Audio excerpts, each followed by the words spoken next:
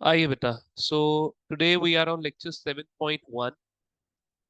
बच्चे, ये raw file का 9th पेज है, टैसिट कॉन्ट्रैक्ट। ठीक है, आप अपनी फाइल के हिसाब से, जो आपको एडिटेड फाइल मिली है उसके हिसाब से देख लीजिएगा कि ये टैसिट कॉन्ट्रैक्ट कौन से पेज नंबर पे। मैं वो भी वैसे बता देता हूँ। सर, टैसिट कॉन्ट्रैक्ट लेक्चर 7 में आपको बेटा ये मिलेगा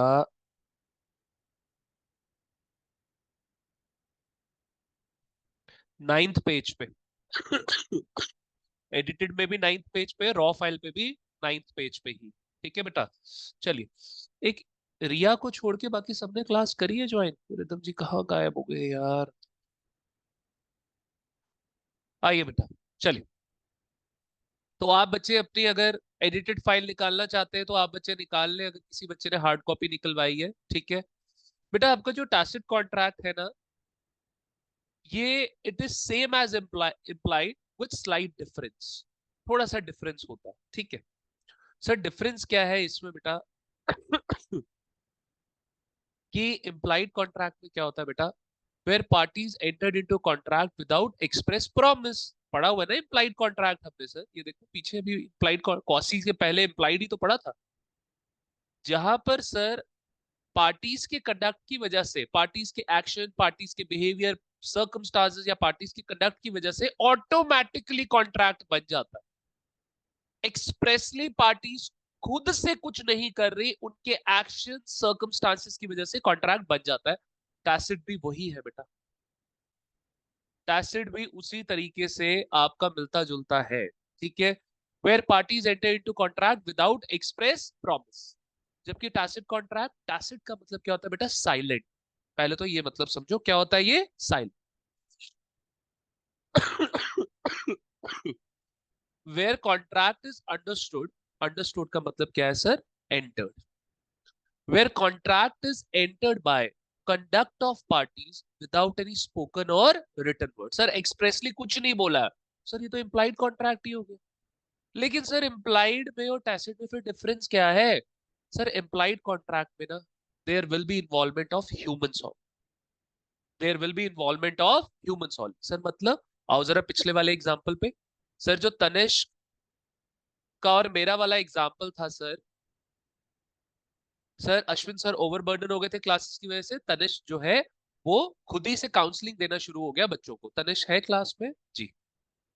तो सर ऐसे कॉन्ट्रैक्ट को क्या इम्प्लाइड कॉन्ट्रैक्ट बन गया और सिर्फ ह्यूमंस इन्वॉल्व है। तो सर टेसिट में क्या एलियंस इन्वॉल्व होंगे? नहीं बेटा। टेसिट में क्या इन्वॉल्वमेंट होगी जरा देखिए। Here, apart from humans, involvement of some kind of instrument या tool will also take place. Am I clear? Sir मतलब बच्चे ढेर सारे एग्जांपल लाया हूँ अभी आप।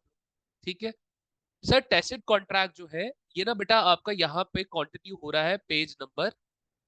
मेरे पास जगह कम पड़ गई थी, कुछ रीजन था। यहाँ पे मैं 12वें पेज से कंटिन्यू कर रहा हूँ। और आपके बेटा जो एडिटेड नोट्स है ना, उसमें भी 12वें पेज से ही कंटिन्यू हो रहा है। तो मैंने ये खाली लाइन लिखी हुई है यहाँ पे कि मुझे पता नहीं था अभी कौन से पेज नंबर पे आएगा, तो आप सारे बच्चे यहाँ पे लिख लेंगे पेज 12। M I clear? मेरी बात समझ गए? हम बढ़ते हैं टैसिट कॉन्ट्रैक्ट में पेज नंबर 12 पे, बट फॉर द टाइम भी हम सी पॉइंट पढ़ लेते हैं। Where terms and conditions conveyed and accepted tacitly माने silent. Am I clear? Sir ये तो कॉमन पॉइंट हो गया ना सर, इम्प्लाइड और इसमें ये क्या हो गया सर? कॉमन हो गया। Am I clear? सर वहां पे क्या लिख दोगे? Where terms and conditions conveyed and accepted impliedly, in implied way ऐसे लिख दोगे आप, अंग्रेजी मार दोगे इन इम्प्लाइड। यहाँ पे क्या लिखोगे? टैसिटली। टैसिटली मतलब साइलेंटली। अब सर आ जाए 12th पेज पे। सर जरा देखिएगा, टैसिट कॉन्ट्रैक्ट कंटिन्यू हो रहा है sir. Example for tools. Sir मैंने दो चीजें लिखी थी वहां पे, एक लिखे थे टूल्स, एक लिखा था इंस्ट्रूमेंट। लिखा था पहले एग्जांपल किसके लिए लिख रहा हूँ? टूल्स के लिए सर। M I clear? ठीक है सर। ड्राइवर ने बस स्टॉप पे बस रोकी, मेरे को पूछा अश्विन सर बोर्ड करोगे? ड्राइवर ने क्या दिया? ऑफर। ड्राइवर ने क्या दिया sir? Offer. Am I clear? बात समझ रहे हैं मेरी कि नहीं समझ रहे? मैंने गलती से यहाँ पे टूल लिख दिया सर। जैसे ही मैंने बस को बोर्ड कर लिया तो मैंने क्या दे दी सर? अपनी एक्सेप्टेंस। सब बच्चे एग्री करते हैं मेरे साथ कि नहीं एग्री करते? लेकिन सर मेरे को एक बात बताओ, क्या इधर ह्यूमंस के अलावा एक टूल भी इन्वॉल्व है, that tool is playing a very significant role. Sir किस चीज का ऑफर दोगे, किस चीज की एक्सेप्टेंस दोगे, बस तो बीच में इन्वॉल्व होगी ही होगी। In that case it would be called as, am I clear? समझे मेरी बात? सर बैंक ने आपको ऑफर दिया, क्या अश्विन सर विड्रॉ करना चाहते हो पैसा? कहा हाँ सर पैसे की जरूरत है। बैंक ने ऑफर दिया, अश्विन सर ने क्या दी, अकाउंट होल्डर ने क्या दी, एक्सेप्टेंस। लेकिन सर ये विड्रॉल किसकी मदद से हो पा रहा है? एटीएम की मदद से हो रहा है। That ATM is called as tool. Am I clear? Sir एक से मात्र 2 से 3 दिन में आपके पास पूरे चैप्टर 1 के लैंग्वेज नोट्स आ जाएंगे। लैंग्वेज नोट्स में उसको नहीं बोलूंगा, क्वेश्चन बैंक नोट्स आपके पास आ जाएंगे। Am I clear? ठीक है बच्चे, जिसमें से सिर्फ एक केस स्टडी आपसे नहीं होगी, मैं सारी केस स्टडीज पढ़ चुका हूँ, एक केस स्टडी नहीं होगी, बाकी सारी हो जाएगी। Is that clear? मेरी बात समझे? अच्छा, फाउंडेशन वालों को केस स्टडीज करने की कोई भी जरूरत नहीं, अभी छोड़ दे case studies. Is that clear? Foundation वाले अगर मेरे लैंग्वेज नोट्स नहीं भी पढ़ेंगे ना, खाली इतना ही पढ़ के चले जाएंगे मेरे कॉन्सेप्चुअल नोट्स, तो भी पेपर हो। I am talking about CMA foundation, not talking about CA foundation. Is that clear? Because CMA foundation तो आपका ऑब्जेक्टिव बेस्ड है, वहां पे बच्चे आपका जो है केस स्टडी क्वेश्चन तो आएंगे। Is that clear? चलिए आइए, आप लोग प्लीज केस स्टडीज पे अपना टाइम मत वेस्ट करिए। आइए नेक्स्ट देखिए सर। सर एक क्लीनर है सर, एक क्लीनर है, ठीक है सर। अभी मैंने क्या बोला, tacit contract is same as implied contract, the only difference is of tool और instrument which is being used in tacit contract. Sir एक क्लीनर है, वो खुद से मेरी गाड़ी ना साफ करना शुरू हो गया, स्टार्टेड क्लीनिंग द कार, दो you have not engaged him, मैंने उसको नहीं एंगेज कराया था, तो he has given implied of. Knowing this fact, aware of it and did not object, he has given implied acceptance. Sir ये दोनों same है, लेकिन सर बीच में कार आ गई, कार आ गई यहाँ पे बीच में, तो that car is acting like, am I clear?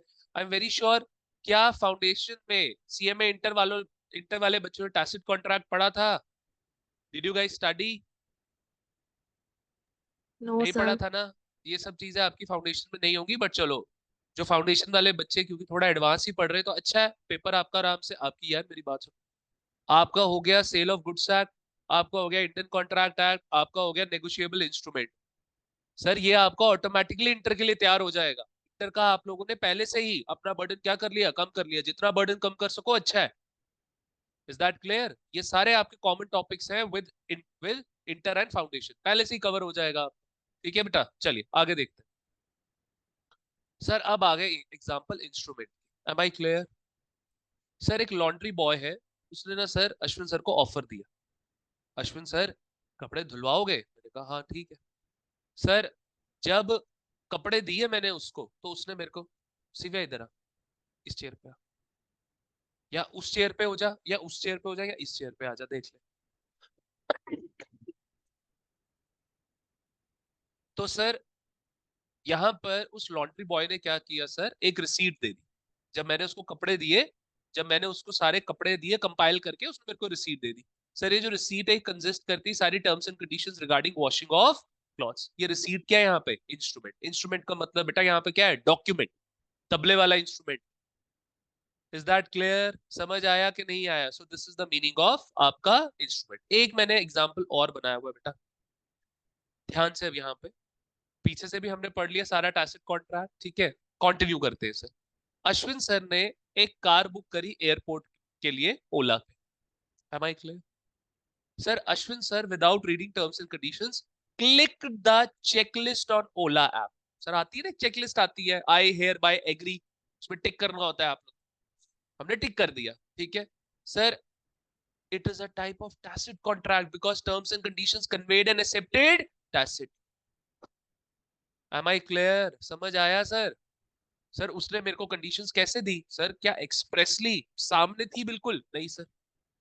अगर मैं चेक लिस्ट को पूरी ओपन करता, तब then I would have came across with all the terms and condition. Is that clear और नॉट? ठीक है सर, यहाँ पे भी देखो, ये जो रिसीट दी ना इसने, रिसीट के फ्रंट साइड पे कुछ नहीं था, बैक साइड पे थी सारी टर्म्स एंड कंडीशन, तो क्या टैसिटली उसने कन्वे करी?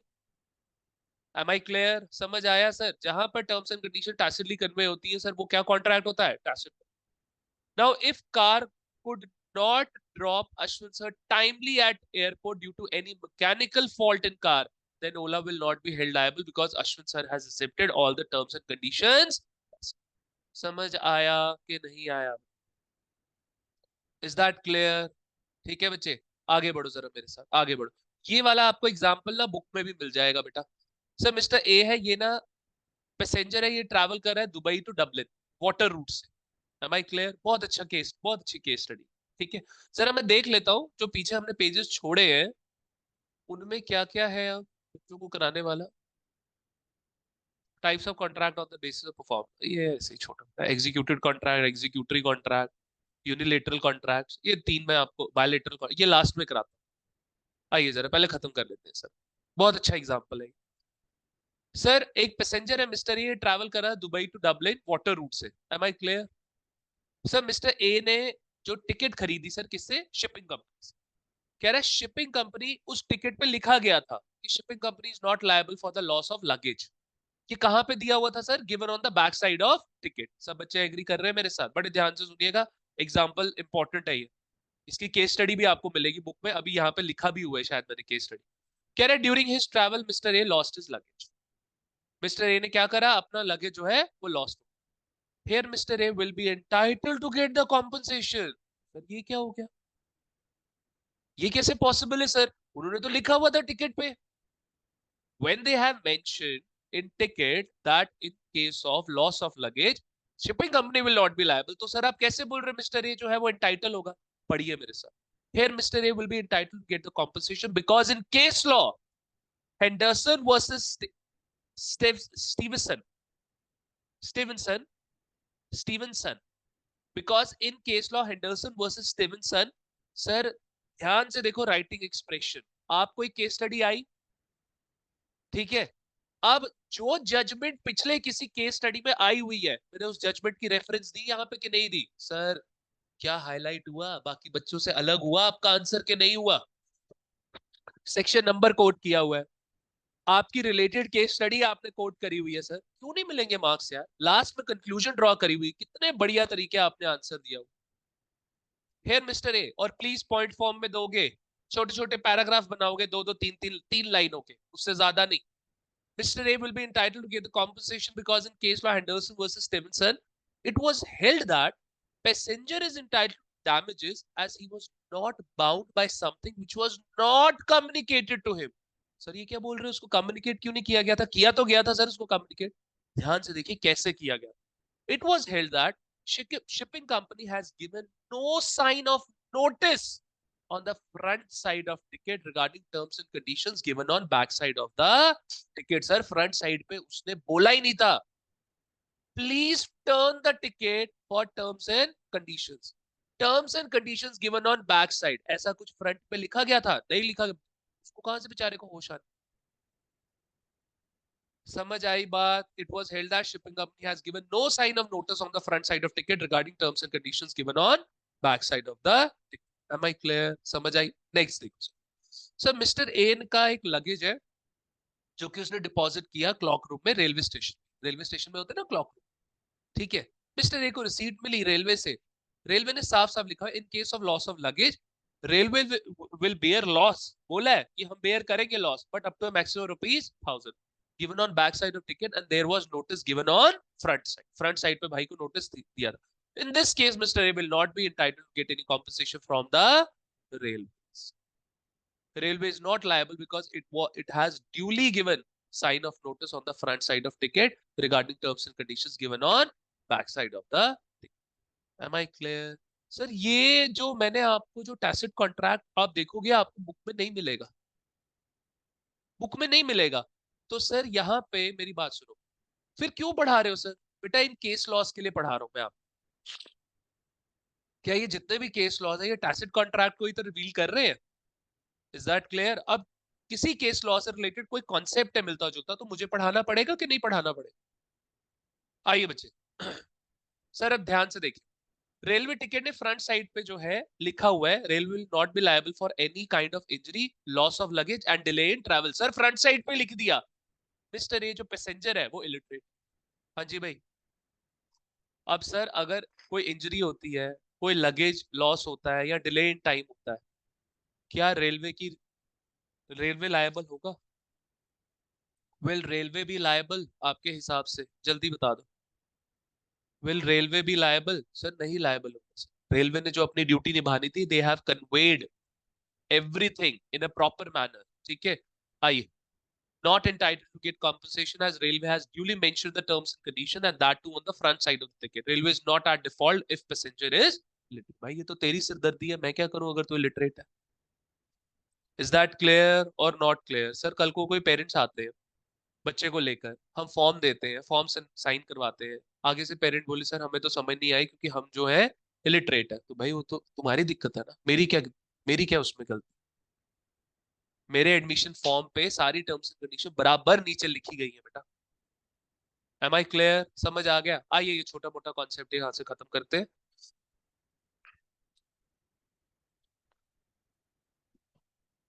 कह रहा types of contract on the basis of performance, ठीक है। आइए बच्चे, पीछे जो हमने टाइप्स ऑफ कॉन्ट्रैक्ट पढ़े थे ना बेटा, ये देखो कॉसी कॉन्ट्रैक्ट हो गया आपका, इम्प्लाइड कॉन्ट्रैक्ट हो गया, ये बच्चे आपके टॉपिक का नाम था types of contract on the basis of formation. Formation के हिसाब से, ठीक है, कि किस तरीके का कॉन्ट्रैक्ट आपने फॉर्म किया, ओरल कॉन्ट्रैक्ट है, रिटन कॉन्ट्रैक्ट है, इम्प्लाइड कॉन्ट्रैक्ट है, कॉसी कॉन्ट्रैक्ट। लेकिन अब देखो sir, on the basis of performance, sir, executed contract where both the parties have performed their obligations, the contract is said to have been executed. An executed contract also refers to a contract that has been signed by all the parties necessary to make it legally enforceable. हाँ जी भाई, दोनों parties ने sign कर दिया, अपनी सारी duties जो है दोनों पार्टीज ने क्या करी, निभा दी। लेकिन सर एग्जीक्यूटरी कॉन्ट्रैक्ट क्या होता है? Executory contract is a contract that has not yet fully performed. It is a contract in which parties still have obligation to perform. ठीक है। Executive contracts can be divided into types based on performance of parties. Based on performance, that is unilateral and bilateral. Sir, unilateral contracts are those contracts which have either of the parties have performed his, where either किसी एक party ने have performed his obligation. Sir, मतलब student की obligation है fees देना, they have paid the fees and thereby perform their obligation. अब contract हो गया पाठशाला के साथ, पाठशाला की ऑब्लिगेशन क्या, teach, but batch hasn't started.